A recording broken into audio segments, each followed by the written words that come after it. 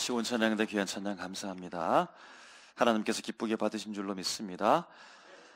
우리는 지금 설 명절을 보내고 있는데 여러분 설 명절 잘 지내고 계십니까?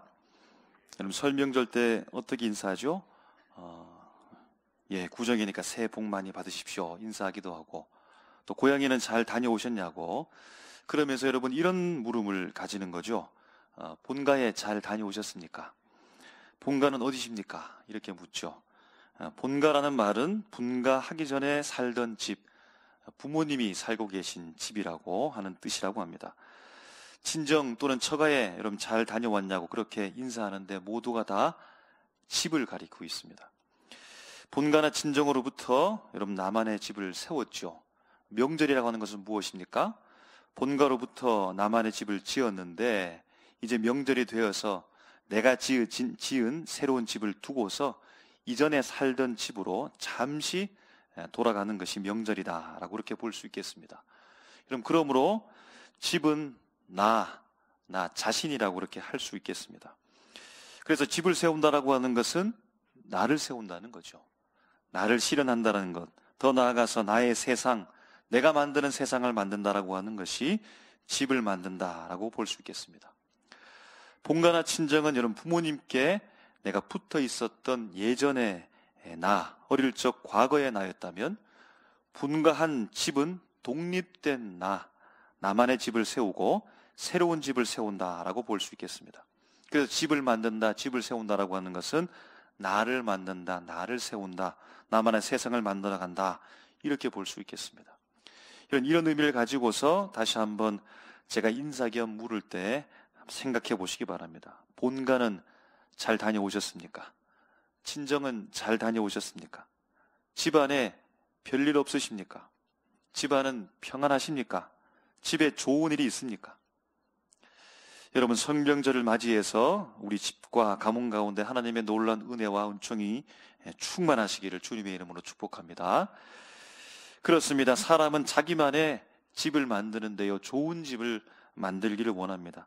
구약의 성경 인물 중에서도 그러합니다. 이삭의 아들로서 형 에서를 피해서 멀리 도망간 야곱이 외삼촌 라반에게 이렇게 말하는 겁니다. 창세기 30장 30절에 내가 오기 전에는 외삼촌의 소유가 적더니 번성하여 때를 이루었으니 내 발이 이르는 곳마다 여호와께서 외삼촌에게 복을 주셨나이다. 그러나 나는 언제나 내 집을 세우리까 라고 외삼촌에게 한숨을 푹 내쉬듯 야곱이 말하는 겁니다. 여러분 그런데 한편으로 생각해 보면 야곱은 지금 집에 살고 있는데요, 이 외삼촌과 함께 살고 있는데 내 집을 세우고 싶다라는 겁니다. 외삼촌과 함께 살고 있는데 그 집은 내 집이 아니라는 것이죠. 그러니까 그냥 거기에 산다고 해서 나 자신을 세운 것이 아니라는 겁니다. 나 자신을 만든 것이 아니라는 겁니다. 내 집이 아닐 수 있다는 겁니다. 야곱은 외삼촌과 함께 오랫동안 살면서도 무엇을 꿈꾼 것입니까? 나만의 집을 꿈꾸고 살았다는 겁니다. 내 집을 지어야지라고 하는 꿈과 비전을 품고 그렇게 살아왔고, 시간이 일정 기간 지난 이후에 외삼촌에게 내 집을 짓고 싶습니다라고 이렇게 간구하고 있습니다. 그럼 예수님과 12명의 제자도 그럼 그들이 가지고 있는 자기만의 집을 꿈꾸고 있었다라고 볼 수 있겠습니다. 그럼 예수님께서 꿈꾸고 있는 만들고 싶었던 집은 어떤 집일까요? 그럼 제자들은 어떤 집을 만들고 싶었을까요? 예수님이 만들고 싶었던 그 집과 제자들이 만들고 싶었던 그 집은 여러분 동일할까요? 아니면 다를까요? 몇 명만 예수님과 같을까요? 몇 명은 다를까요? 아니면 다 제각각 그 마음속에 말하기 전까지는 자기가 품고 있는 집이 예수님과 다른 제자와 다 별개의 집을 생각하며 꿈꾸며 여러분 살아가고 있는 것일까요? 여러분들은 어떠합니까? 여러분들은 어떤 집을 짓고 싶어 합니까? 어떤 집을 지금 짓고 여러분 있습니까? 오늘 본문의 배경을 보면 예수님께서 공생애 중에 열심히 사역을 하시다가 중간 점검을 이전에 하셨는데요, 예수님의 자신의 사역에 대해서 사람들에게 묻습니다. 오늘 말씀에 적용해서 질문을 재해석해 보면 이렇게 물었다고 볼 수 있겠습니다. 제자들을 향하여 얘들아, 사람들이 예수님 내가 지금 무슨 집을, 어떤 집을 짓고 있다라고 사람들이 알고 있느냐 말하느냐라는 질문입니다. 사람들이 나를 누구라고 하느냐, 내가 어떤 집을 짓고 있다고 사람들이 말하느냐. 마가복음 8장 28절에 제자들이 그 집에 대하여 대답합니다. 예수님, 더러는 사람들이 예수님이 지금 세례 요한이 지으려고 했던 집을 짓는다고 말합니다. 어떤 사람들은 엘리야가 지으려고 했던 그 집을 예수님께 지금 짓고 있다라고 말하기도 합니다. 어떤 사람들은 지금 예수님이 선지자들이 지으려고 했던 그 집을 지으려고 한다라고 말하고 있습니다. 예수님이 제자들에게 묻습니다. 그러면 너희가 볼 때는 내가 지금 어떤 집을 지으려고 하느냐 묻습니다. 그럼 예수님이 우리에게 묻습니다. 예수님이 지금 어떤 집을 지으려고 하는 것입니까? 이러한 중간 점검의 질문이 지난 이후에 오늘 본문에 6일이 지났다라고 되어 있습니다. 그럼 6일 동안 예수님이 어떤 일정을 가졌는지, 무슨 말씀을 하셨는지 성경에는 기록해 놓지 않으니까 잘 알 수 없습니다. 그런데 6일이라고 하는 이 숫자를 통해서 오늘 본문의 전제, 그 태도와 마음가짐을 생각해 보면 우연히 일어났던 일이 아니라 최소한 예수님께서 6일 동안 계획하셨다라고 볼 수 있겠습니다. 예수님께서 깊은 고심과 6일 동안의 계획을 가지고서 오늘 사건, 이 일이 진행되어졌다라고 하는 것이니까 갑자기 돌발적으로 그냥 임기응변적으로 오늘의 일이 일어나고 있는 것이 아니라는 겁니다. 그 일은 예수님께서 선별하시는 제자로부터 이미 우리가 그 힌트를 얻게 되어지는데요. 12명의 제자 중에 예수님께서 따로 베드로와 야고보와 요한만을 데리시고 그 3명의 제자만을 데리시고 높은 산으로 올라가셨다라고 말씀하고 있습니다. 여기에서 높은 산이라고 하는 것은 예전에는 다볼산이라 이렇게 생각했었는데 고중해 보아서 그때 정치적 상황과 군사들이 주둔해 있는 이 환경과 여건을 보면서, 그리고 예수님께서 공생애 중에 가이사라 빌립보에서 지금 이동한 것으로 보아 근처에 있는 산이 다볼산이기보다는 헐몬산, 여러분 헐몬산으로부터 내려지는 이슬, 이렇게 여러분 그런 성경의 문구가 있는 것처럼 바로 그 헐몬산이라고 생각하는 경향이 더 커졌습니다. 헐몬산은 매우 높은데요, 저 정상 꼭대기에 갔다기보다는 중간에 있는 봉우리 어느 한 봉우리 예수님께서 올라가셨을 것이다 라고 그렇게 추측할 수 있겠습니다. 그리고 베드로와 야고보와 요한 앞에서 예수님이 성경을 보니까 변형되셨다라고 이렇게 말씀합니다. 마가복음에는 이 표현을 이렇게 말합니다. 빨래하는 자가 그보다 더 희게 할 수 없을 만큼 희게 변형되었더라라는 겁니다. 아무리 빨래해도 저만큼은 하얗게 할 수 없을 정도로 예수님께서 하얗게 희게 변형되었다라고 표현하는 겁니다. 3명의 제자 앞에서 변형되신 예수님께서 2명의 인물을 만나게 되는데요. 첫 번째 인물은 불말과 불병거를 타고 하늘로 승천한 바로 엘리야를 처음에 만나십니다. 두 번째 인물이 나타납니다. 이스라엘의 가장 위대한 지도자 곧 모세가 나타나서 지금 엘리야와 모세가 예수님과 함께 이야기를 나누는 겁니다. 그 내용이 무엇인지 마가복음에는 기록해 놓지 않았는데 누가복음의 기록에 의하면 장차 예수님께서 예루살렘에서 별세하실 것을 함께 말씀하셨다라고 기록하는 겁니다. 예수님께서 장차 죽으실 것인데 그 죽음에 대하여 엘리야와 모세와 예수님이 함께 말씀을 나누었다라는 겁니다. 그리고 그 일이 있은 이후 연속선상에 이제 우리가 지금까지 이야기하고 있는 집에 대해서 말씀하기 시작합니다. 베드로가 이 광경을 보면서 예수님께 이런 요청을 하는 겁니다. 주님, 여기에 초막 집 3채를 지으면 좋겠습니다. 하나는 우리 주님 예수님을 위해서요. 하나는 저기 위대한 지도자 모세를 위해서요. 하나는 기적의 사람, 이적의 사람 엘리야를 위해서 지었으면 좋겠습니다. 집 3채를 지었으면 좋겠습니다라고 말하는데 그 이유를 오늘 본문 5절에 우리가 여기 있는 것이 좋사오니 라고 하는 이유를 가지고 있습니다. 베드로가 볼 때 여기 있는 것이 좋기 때문에 지금 여기에서 집 3채를 지었으면 좋겠습니다라고 말하는 겁니다. 그럼 여기에서 말씀하고 있는 제자, 그 말을 듣고 있는 스승의 관계를 빗대어 생각해 보길 원합니다. 그럼 제자와 스승의 관계는 어떤 관계죠? 스승이 제자를 이끌어갑니다. 제자는 스승을 따릅니다. 그러므로 지금까지 스승인 예수님께서 제자인 베드로를 이끌어왔고 제자인 입장에서는 예수님의 말씀에 순종하면서 따라왔습니다.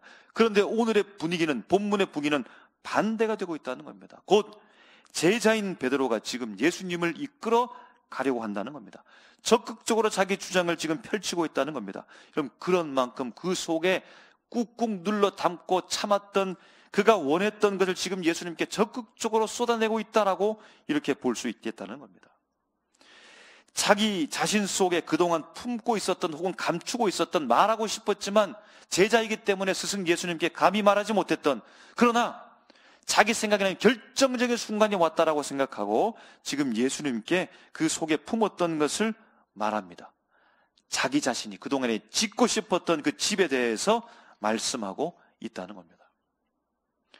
그럼 왜 제자인 베드로가 여기에서 집을 짓고 싶어 하는 것일까요? 왜 베드로는 여기가 좋사오니라고 말하고 있는 것일까요? 자기가 찾고 있었던 그곳이었기 때문입니까? 위치를 보니까, 분위기를 보니까, 지역을 보니까, 지형을 보니까, 전망을 보니까 진짜 자기가 원했던 딱 그 지형이 되었기 때문에 여기에 집을 짓고 싶었는 겁니까? 아니면 이전에도 경험해 보지 못했고 앞으로도 경험할 수 없는 정말로 놀랍고 신비한 일, 위대한 지도자 모세를 만나게 되어지고 기적의 사람 엘리야를 만나게 되어지며 그와 함께 이야기하고는 그 예수님을 보니까 너무 그 광경이 너무나 감격스러워서 도저히 이곳을 떠날 수 없고, 바로 감격의 장소를 중심으로 뜻깊은 장소를 기념 삼아서 이곳에서 집을 짓고 거점을 삼아서 사역을 감당하고 싶은 욕망이 있었던 것일까요?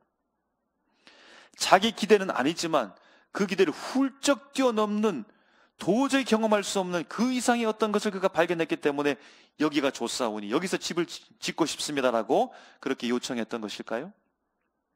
본문은 그 이유를 6절로 말씀합니다. 이는 그들이, 그러므로 3명의 제자가 다 그렇다는 거죠, 몹시 무서워함으로 이렇게 말하고 있다라는 겁니다. 몹시 무서워하다라고 하는 것은 에크포부의 원형 에크포부스라고 하는 단어인데요, 이 단어의 뜻은 이러합니다. 신의 모습을 목도한 인간이 초월적 신을 경험하면서 격심한 두려움의 상태를 뜻하는 단어가 에크포부스라는 겁니다.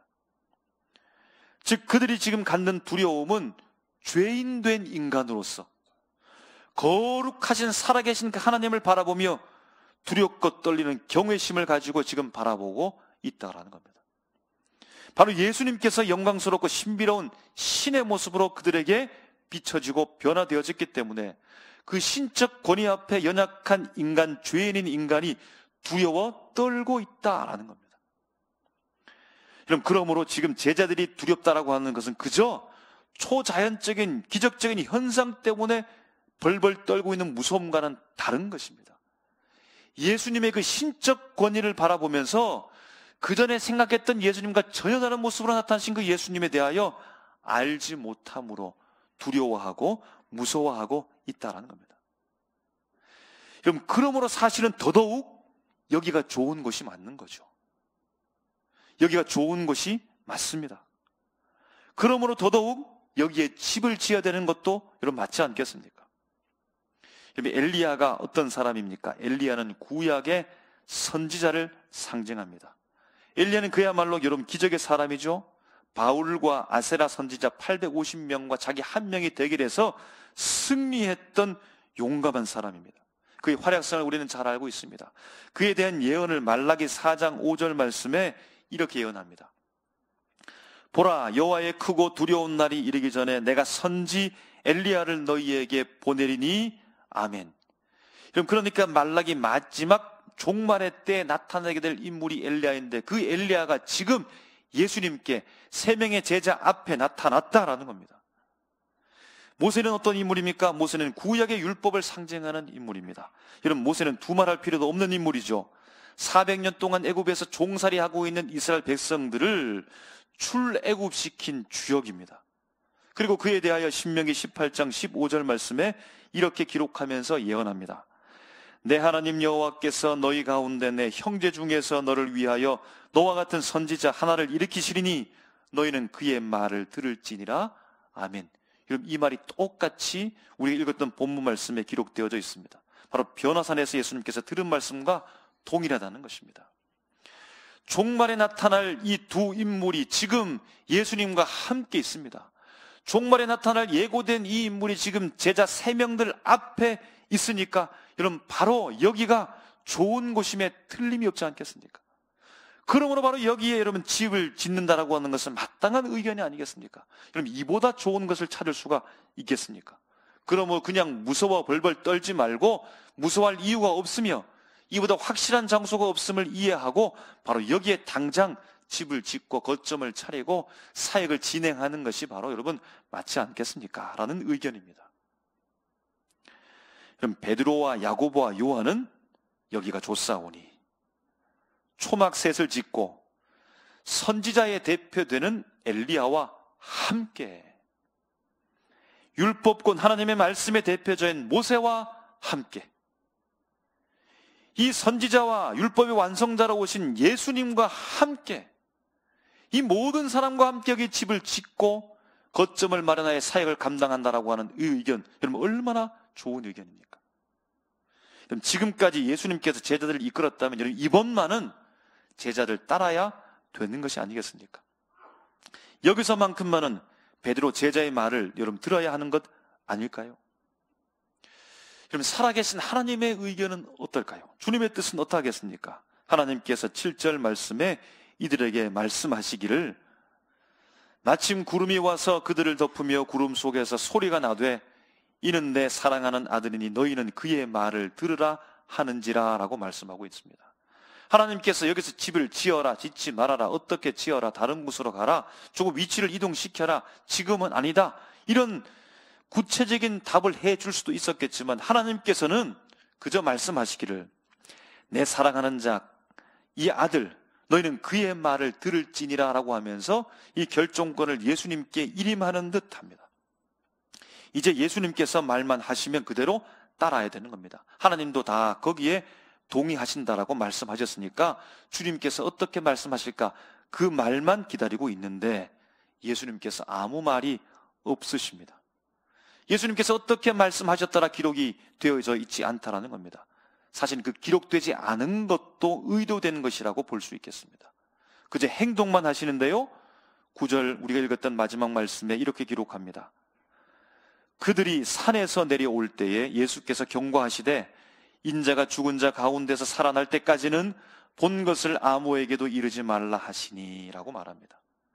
그저 말씀하지 말라라고 말씀하시며 행동은요 산에서 내려오는 것을 통해 제자들에게 대답할 뿐입니다.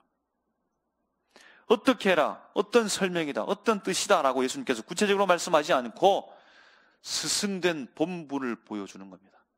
나를 따라와야지라고 예수님께서 윽박지르지 않고 행동으로 보여주시는데 스승된 예수님께서 앞장서서 산 아래로 먼저 내려왔고 제자들도 따라 내릴 수밖에 없었던 상황을 우리가 바라볼 수 있게 된다는 겁니다.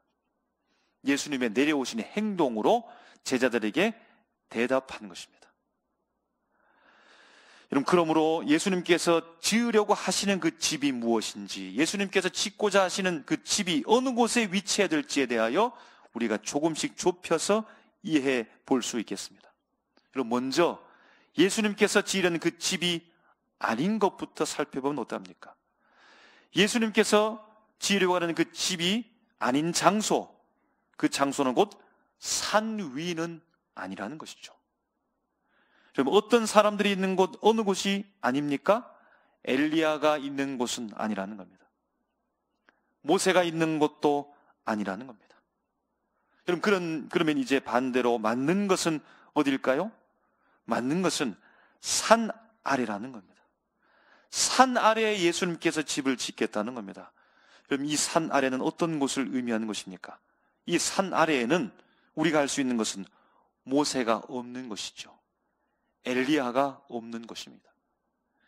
모세가 없다는 말은 어떤 말입니까? 온유함이 지면의 모든 사람보다 승한 모세와 같은 사람이 없는 곳 혹은 희귀한 곳입니다. 이스라엘 백성을 위해서 생명책에서 자기 이름을 지워달라고 할 만큼 희생하는 모세 같은 사람이 없는 곳, 그런 사람이 드문 곳이라고 할 수 있겠습니다. 수고는 가장 많이 하고 정작 가나안 땅에는 들어가지 못해도 자기의 사명을 다 마쳤다고 순종하는 모세와 같은 사람이 희귀한 곳 혹은 없는 곳이 바로 산 아래입니다.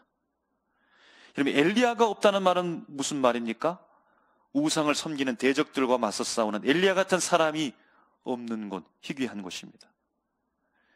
기적과 이사, 하나님의 놀라운 초월적 능력을 일으켜서 모든 대적들을 물리치는 엘리야 같은 사람이 없는 곳, 통의 기름과 가루를 마르지 않게 할 기적의 사람, 죽은 아들을 살리는 치유의 사람이 없는 곳, 희귀한 곳이 바로 산 아래라는 겁니다.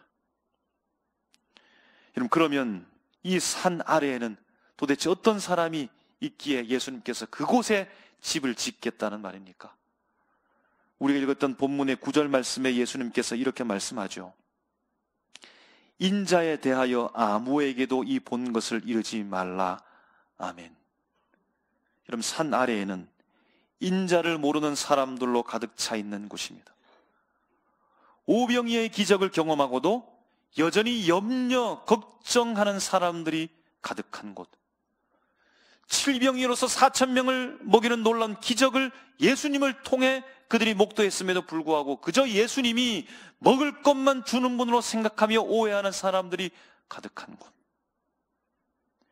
진리의 하나님의 말씀을 전해도 듣지 않고 오히려 책 잡으려 하고 시험에 빠뜨리려고 하고 나아가서는 예수님을 죽이려고 하는 사람들이 넘쳐나는 곳, 로마 정권으로부터 나라의 주권을 되찾으려고 정치적인 지도자, 그 지도자만을 구하고 따라가려고 하는 사람들이 있는 곳, 물리적인 것으로 보이는, 만질 수 있는 부유한, 풍부한 권세를 누렸던 다윗의 집을 다시 지으려고 하는 제자들이 잠들어 있는 곳이 바로 산 아래라는 겁니다.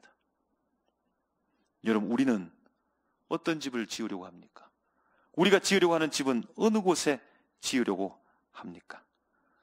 그럼 9절에서 우리 주님은 본 것을 아무에게도 말하지 말라라고 말씀하시면서 경고하신 이후에 이것을 마지막까지 귀한 한 말씀을 말씀해 주고 있습니다. 그 주님이 정한 때 이후에, 정한 때까지는 말하지 말되 정한 때 이후가 지나서는 본 것을 다 말해도 된다라고 하는 그 기한을 말씀해 주고 있는데, 곧 인자가 죽은 자 가운데서 살아날 때까지라고 말씀해 주고 있다는 겁니다. 인자가 죽은 자 가운데서 살아날 때까지는 말하지 말지만 그러나 그 이후에는 말해도 된다는 것이죠. 그럼 무슨 일이 지금 일어나고 있는 것입니까? 주님께서 지으시는 집이 바로 거기에서 완성되는 날이라는 겁니다.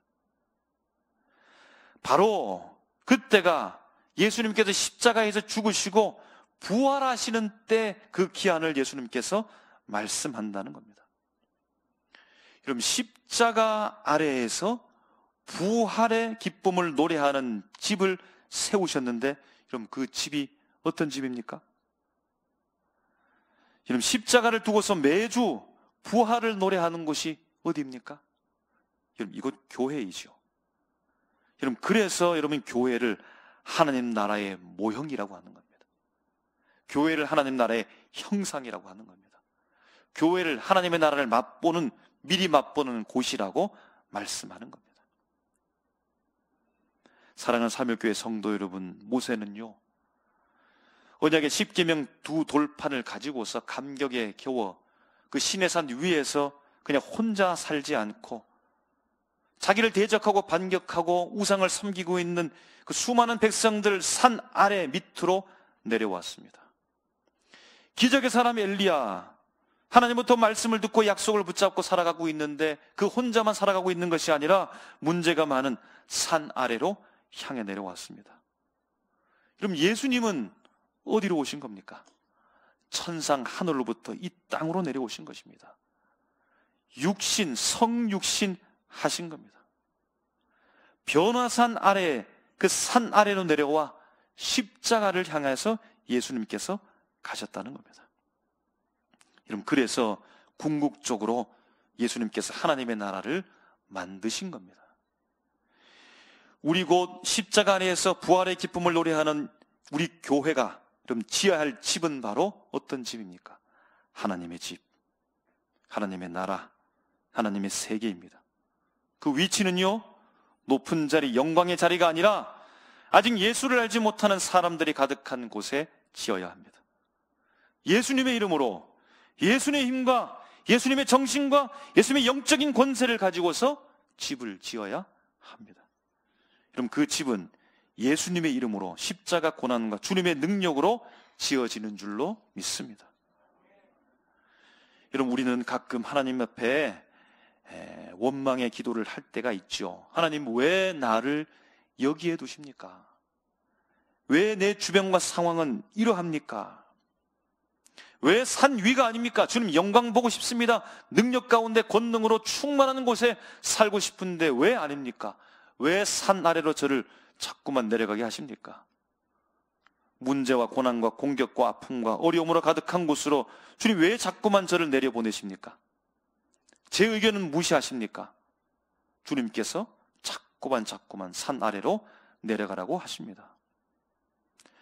엘리야가 아닌 사람들, 그들은 어떤 사람들입니까?